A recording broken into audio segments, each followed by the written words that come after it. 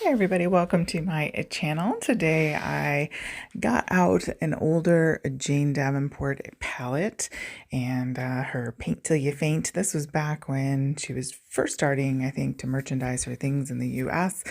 And I've always enjoyed these palettes with these sort of collections of colors that go well together. And I'm just painting some loose florals with them. As you can see, they're like the oh, this. I can't remember the exact name of the one, but it's got lots of C-tones in it and things, and some yellows and whatnot there. But yeah, they're great little paints. Just got my watercolor paper here. You can see an oil pastel painting to the right there, upside down.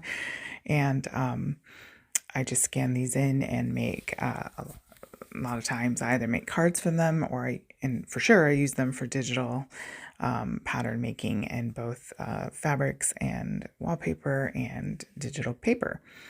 And yeah, just painting, trying to get my head around some business decisions and things. And sometimes it just helps me to get down there and just paint some loose florals. I don't know why that is. It feels very not like there's not a lot of pressure with it. So yeah, it's fun.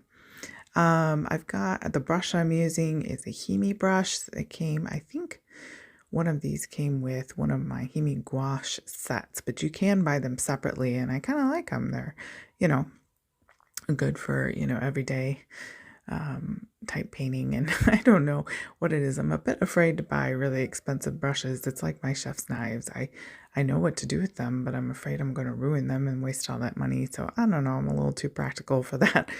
I'm bringing out some, I'm going to have a video on this. It may be out already, or I'm not sure the order in which these videos are going to go out, but that was a metallic tin of some handmade, quote unquote, honey-based watercolors that I was playing around with that I got that are very pretty. I'm not sure how the quality claims there, but we'll talk about that more in that video. But anyway, so I was just dropping in with the wet on wet technique, dropping in some of those metallic paints. A little bit hard to see here, but they are really, really shimmery and pretty. So they make beautiful, especially digital paintings. They show up well and they're fun to paint with.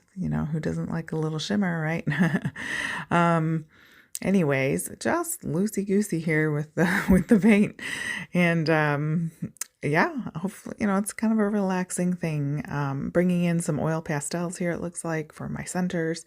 Nice opacity there. These water-soluble oil pastels have been a lot of fun. The two sets that I have that I've liked so far are the Mungyo and the Portfolio.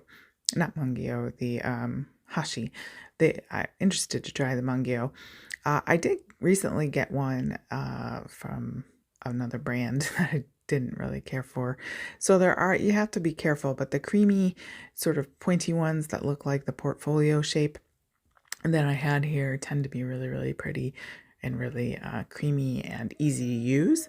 But anyway, just sticking to some, I've got some calligraphy inks here that I'm pulling out, and those are also fun to play with.